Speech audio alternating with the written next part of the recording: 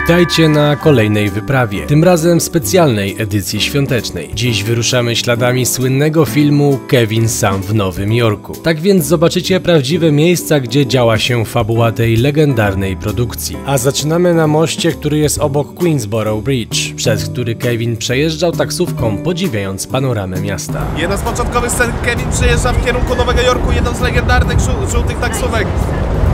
Nie dziwię się, że autorzy filmu dodali tę scenerię właśnie do filmu Kevin sam w Nowym Jorku, bo, cytując klasyka, robi wrażenie. Ale generalnie spójrzcie na tę panoramę, jest przepiękna. Nie mamy takich udogodnień jak Kevin, czyli kart kredytowych ojca, więc nie skorzystamy z żółtej taksówki, ale skorzystamy z innego patentu. Przejdziemy most brukliński na piechotę, no i dzięki temu zobaczymy, jak wygląda z bliska. Jak sami zresztą widzicie, wielu ludzi korzysta z tej opcji, ponieważ jest bardzo duży tłok, ale chodźmy, zobaczmy, jak to wygląda z bliska.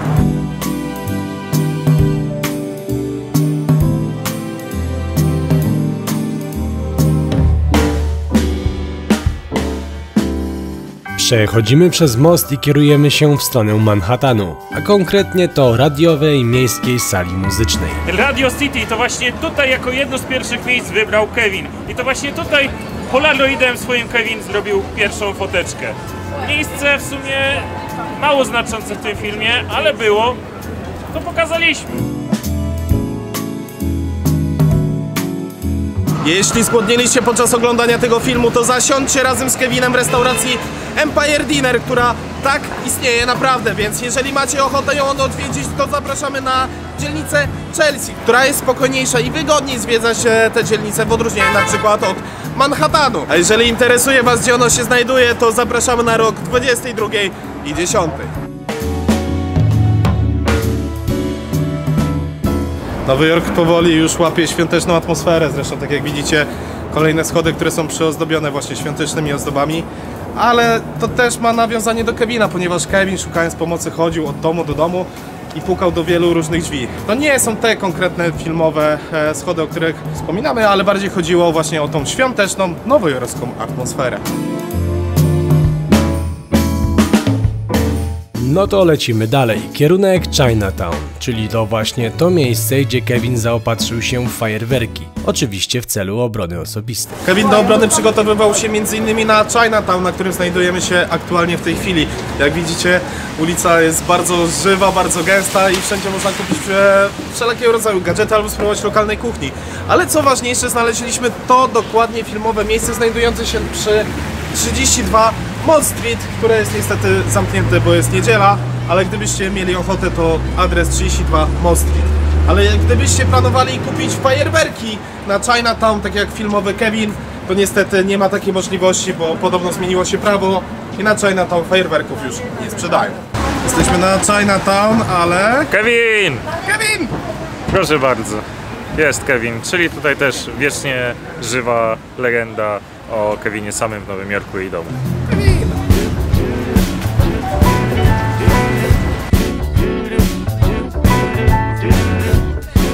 Battery Park, czyli, nie wiem czy dobrze to wymawiam, ale kolejne kultowe miejsce na mapie Nowego Jorku oraz Kevina samego w Nowym Jorku. To właśnie z tego miejsca patrzył na Statuę Wolności, statuę, która jest kojarzona na całym świecie właśnie z wolnością i z amerykańskim snem, ale chyba już macie dosyć mojego bełkotania, więc popatrzmy na Statuę Wolności. Lately I've come to realize that I can't see it in your eyes, so it's true. I wyruszamy na Statuę Wolności. Może tego miejsca nie było zbyt dużo w Kevinie, ale było na przykład na okładce z tego co pamiętam. I przede wszystkim parę razy też był jakby zrzut taki oka na nią, czyli można było ją zobaczyć. No, jesteśmy w Nowym Jorku, więc musimy zobaczyć Statuę Wolności i pokażemy ją wam pod pretekstem filmu o Kevinie.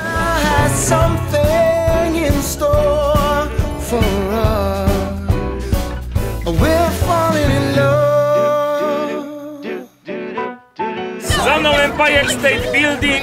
Budynek powstał w 1931 roku, a z takich ciekawostek wybudowany w stylu Art Deco i kolejna sprawa, jego iglica była zaprojektowana po to, żeby zoomować sterowce. A teraz idą Mikołaje po mojej lewej stronie, więc zobaczcie.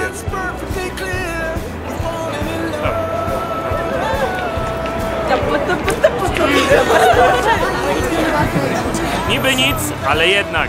Piąta Aleja. To między innymi tutaj przechadzały się Marilyn Monroe czy Audrey Hepburn ze Śniadania Tiffany'ego. Pewnie kojarzycie.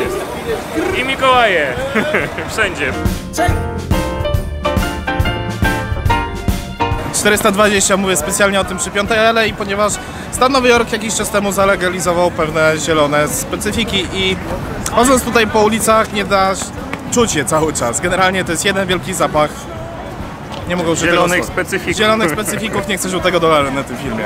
A 420 pozdro dla kumaty. Wygooglujcie se. Essa. Essa! Nowy roku, Essa! Ale! Publiczna biblioteka w Nowym Jorku. Dosyć znane miejsce na Piątej Alei. Na pewno brało udział w wielu znanych filmach, o których ja nie wiem. A my nadal udajemy się wzdłuż Piątej Alei.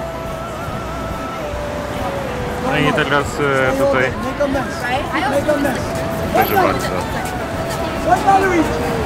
Kupujemy sobie pocztóweczki i obrazeczki za $1.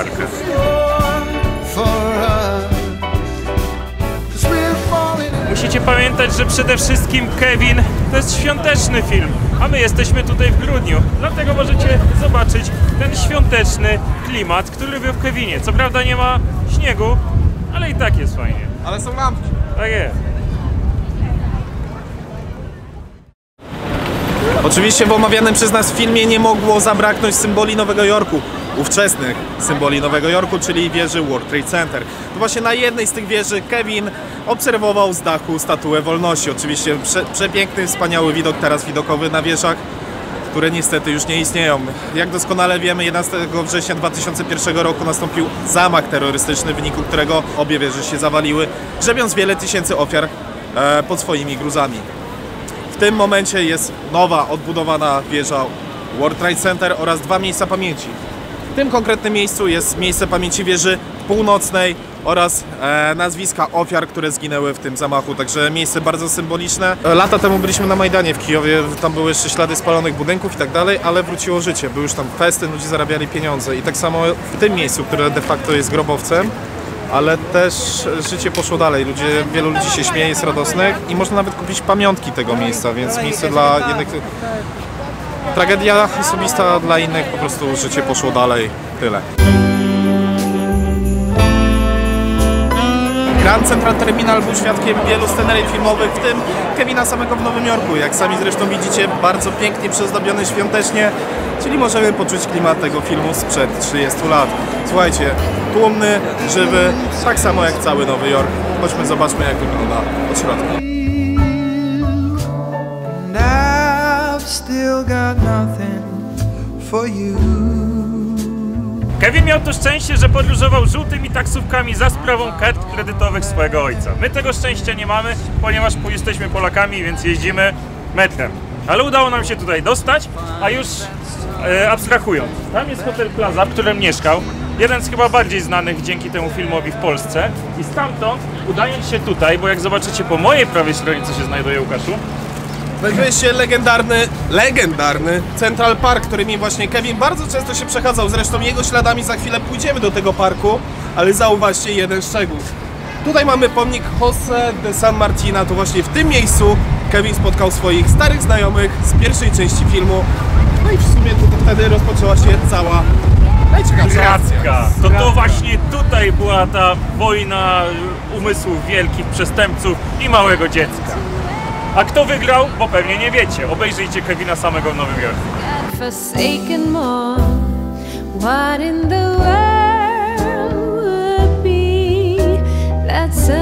Na pewno kojarzycie scenę, kiedy Kevin ucieka przed złoczyńcami przez Central Park i przez lodowisko. I właśnie to lodowisko znajduje się w tym konkretnym miejscu.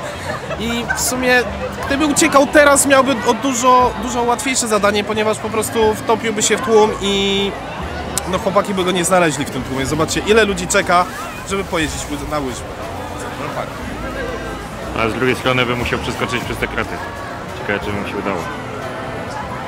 No jakby był chudy, to można by było tędy przejść. A za mną znajduje się Hotel Plaza i to właśnie tutaj Kevin udał się od razu, żeby zamieszkać. tak jak już wcześniej wspominaliśmy, miał karty ojca, więc nie było problemu, żeby zamieszkać w jednym z najdroższych hoteli, który należał do nikogo innego jak przyszłego prezydenta, albo dla nas teraz przeszłego, Donalda Trumpa. Nie wiem, czy kojarzycie taką scenę, że Kevin wchodzi właśnie do tego hotelu Plaza, tam jest Donald Trump, pokazuje mu, że ma iść chyba w lewo, Kevin idzie w prawo i tak trafia do tego swojego pokoju, więc w ostateczności no, to jest jeden z takich wychwyconych błędów w tym filmie, no ale samo to jest ciekawe, że właśnie spotyka człowieka, który będzie przyszłym prezydentem, a teraz już przeszły. To właśnie tam są jedne z najdroższych apartamentów na świecie, więc jak ktoś ma parę zbędnych milionów dolarów, paręnaście zbędnych milionów dolarów, to może tutaj kupić sobie apartament. Z widokiem na pingwiny. Z Madagaskaru. Tak, w Central Parku. Taka mała trauma z dzieciństwa, pierwsze spotkanie z gołębiarką. Pamiętam, jak Kevin pierwszy raz na nią natrafił i był przerażony. I pamiętam, jak byłem dzieckiem, to też, Boże, jaka straszna pani chce dopaść Kevina. I zobaczcie, że to jest powielanie schematów z pierwszego odcinka. Na początku był starszy pan, który miał tą łopatę i Kevin też się go bał. I potem paradoksalnie ten starszy pan mu pomógł. I to samo było tutaj. Na początku jej się przestraszył, a następnie ona mu pomogła. No i to też uczy nas wszystkich tego, żeby nie oceniać książki po okładce. Tak, po prostu patrzeć na ludzi to, co mają w sercu, a nie jak wyglądają. I to też dlatego pewnie Kevin tak wiele razy jest oglądany w Polsce, bo budzi ciepło w serduszku. Dokładnie, bardzo pozytywne emocje, a wspominamy o tym w tym miejscu, ponieważ właśnie wieczorem Kevin przebiegał bodajże przez ten łuk. Nie pamiętam dokładnie, ale to właśnie w tym miejscu było spotkanie z gołębiarką.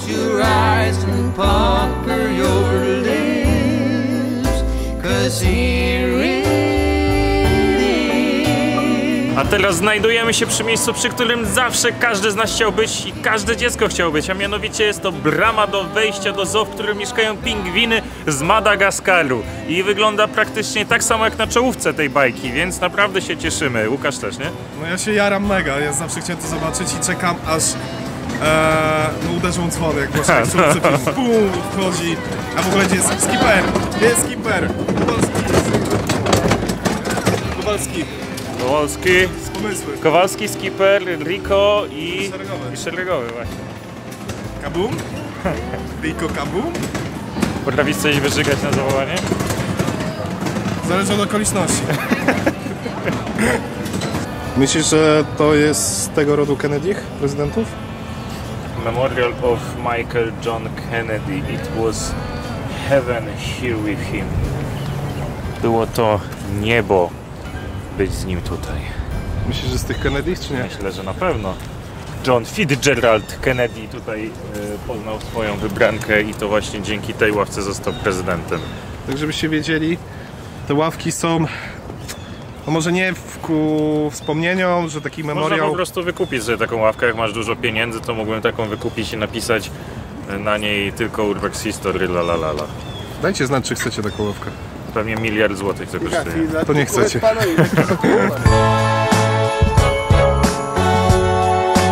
To właśnie tymi schodami Kevin uciekał przed dwójką złoczyńców. Schody prowadzą do fontanny, przy której były riksze. Mogę się mylić, ale to właśnie ta scena się kończyła w taki sposób, że Kevin ukrył się w koszu jednej z dorożek, o której wspomniał już Łukasz. Ona wyruszyła i scena się skończyła.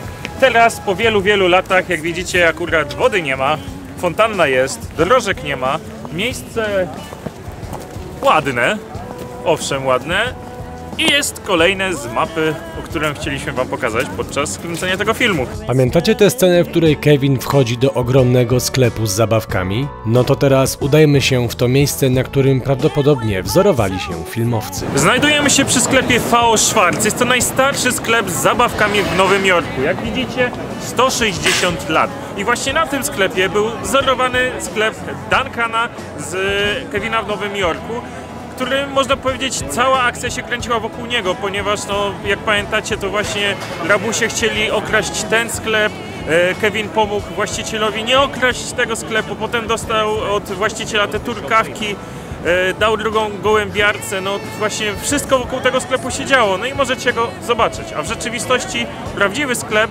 był nagrywany bodajże w Chicago, w studiu, który tak naprawdę nigdy nie istniał, więc możecie zobaczyć ten, który jest pierwowzorem. W ogóle jeżeli się zastanawiacie, czemu raz mam okulary, raz nie mam okularów, czemu jesteśmy co chwilę inaczej ubrani na tym filmie, No, kręciliśmy go przez 5 dni, jak byliśmy tutaj na wyjeździe.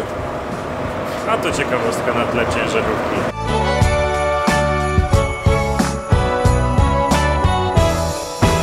Właśnie tutaj, po pokonaniu tych dwóch złoczyńców, Kevin udał się, aby poprosić jeszcze raz o ten świąteczny cud. I znowu ten świąteczny cud się spełnił, ponieważ to tutaj spotkał się ze swoją mamą przy tej wspaniałej choince. Atmosfera jak najbardziej rodzinna, ponieważ oprócz tego, że to jest film na YouTube'a, to jeszcze mamy co świętować, ale to już pozostawimy samym sobie.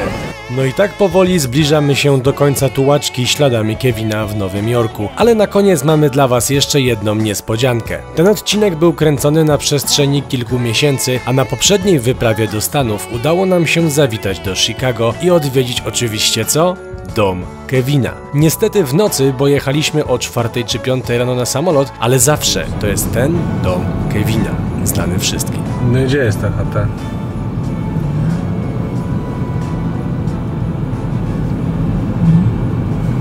Czy właściciel sobie żeby błoto nie postawił, tak żeby nie było widać z zewnątrz.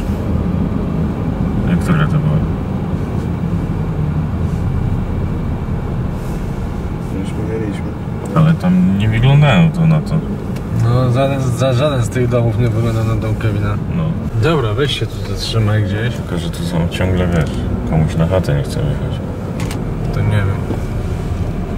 Na ulicy się zatrzymał. W ogóle jak to wygląda, nie jak Kevin są w domu, tylko jak jakiś Ghostbusters, ale no jest tam dom Kevina, to nie? Tylko jest tak ciemno, że nic nie widać. A widzisz go?